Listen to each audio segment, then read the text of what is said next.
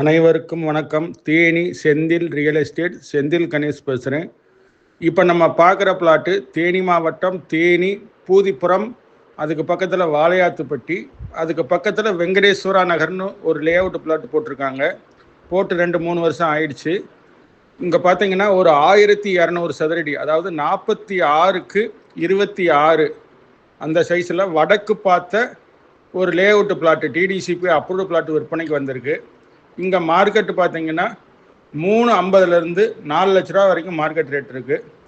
இவங்களோட ரேட்டு பார்த்தீங்கன்னா 3,60,000 ரூபா ஃபைனலாக சொல்லியிருக்காங்க. இந்த இடம் பிடிச்சிருந்ததுன்னா நம்மளை தொடர்பு கொள்ளுங்கள்.